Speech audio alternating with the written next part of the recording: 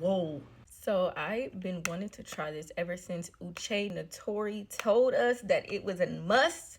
Danessa Myricks Yummy Skin. I went to Sephora. I grabbed her. I also got the Color Fix. Okay, so I have a matte one by her that I've had for a while now that I really love the formula of this. But this one is supposed to be like a clear gloss. So I really was like, I need to get that. I'm gonna try out the Yummy Skin. I went to 2 different Sephoras. This was in the span of like a month. I had been to the first Sephora and they did not have all the shades. Hated that. Like, come on Sephora, what's going on? You know?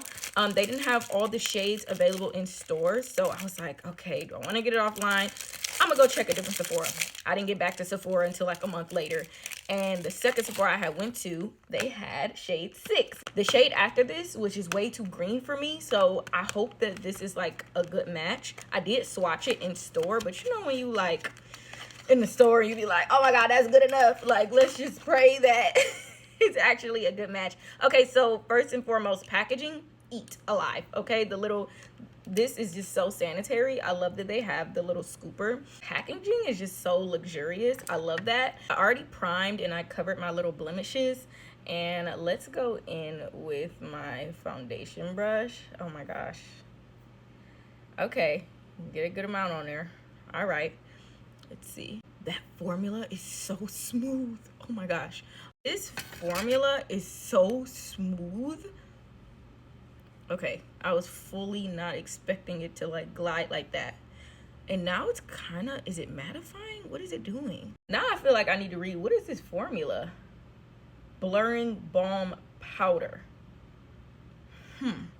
It's like a satin type of feel to it. It's so super lightweight that it doesn't really feel like anything. So lightweight, but the coverage is very nice. And I feel like for it to be like a balm, this is just such a different, I wasn't expecting this texture. I just wasn't expecting this texture. I'm obsessed with the texture of it. Oh my gosh. Okay, so I would say for all my people who like a skin finish, this is the perfect way to go because you don't need a liquid for this. It's a balm. It's probably like a ton of product in this. Look at my skin right now.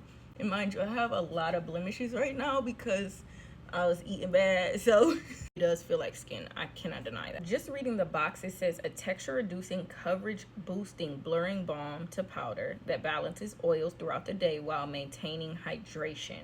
Powered by cutting edge blurring Swedish technology. So there is, yeah.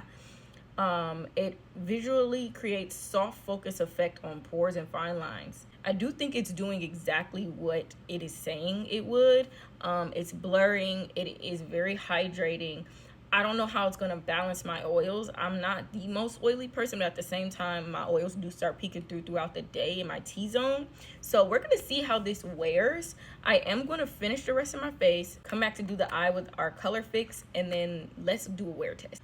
I'm gonna put a little bit of concealer on my eyes like I normally do if I want like just a brown lid. I do this to just kind of smoke out my lid a little bit before I add a little bit of eyeshadow. Now that the lids are done, let's go in with our Color Fix.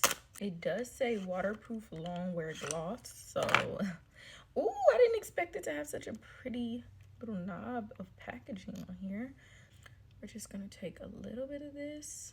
Not too much now. Getting a pretty fluffy tapered brush here. It's like kind of flat. We're gonna just apply her. I've worn gloss on my lids before, so I'll let you know, cause the one I be using be from the beauty supply store. And so off rip, ooh, off rip, I will say this is already like a way thicker texture, but one that's not uncomfortable, like sticky, if that makes sense.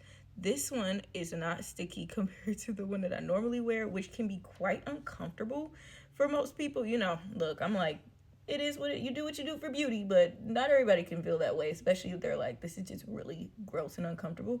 I understand. This gloss though, it is like a very lightweight gloss. but it's at the same time dense enough that it's sitting on the eye nicely and not getting into the creases. Like off rip, I'm already obsessed because it gives you a nice shine, but it's not getting into the crevices on my eyes. Like usually it would have separated product or, you know, whatever, but it's not doing any of that, and it's still giving me a glossy eye. I am already really liking it. So I'm not gonna go in with too much of this,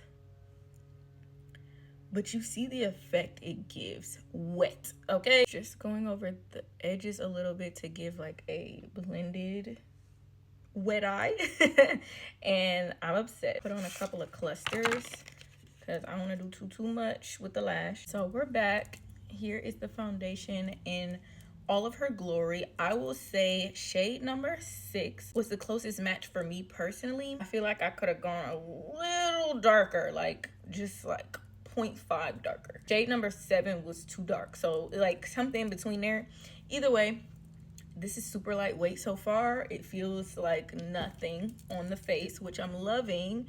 And I just did, like, I was gonna do a cute little bee, but she turned out to be like a full bee kind of.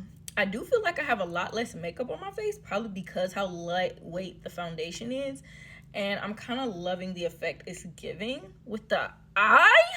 The eye is giving runway. Like the eye is giving fashion, high fashion. So yeah, I love that. Let's do a wear test and come back.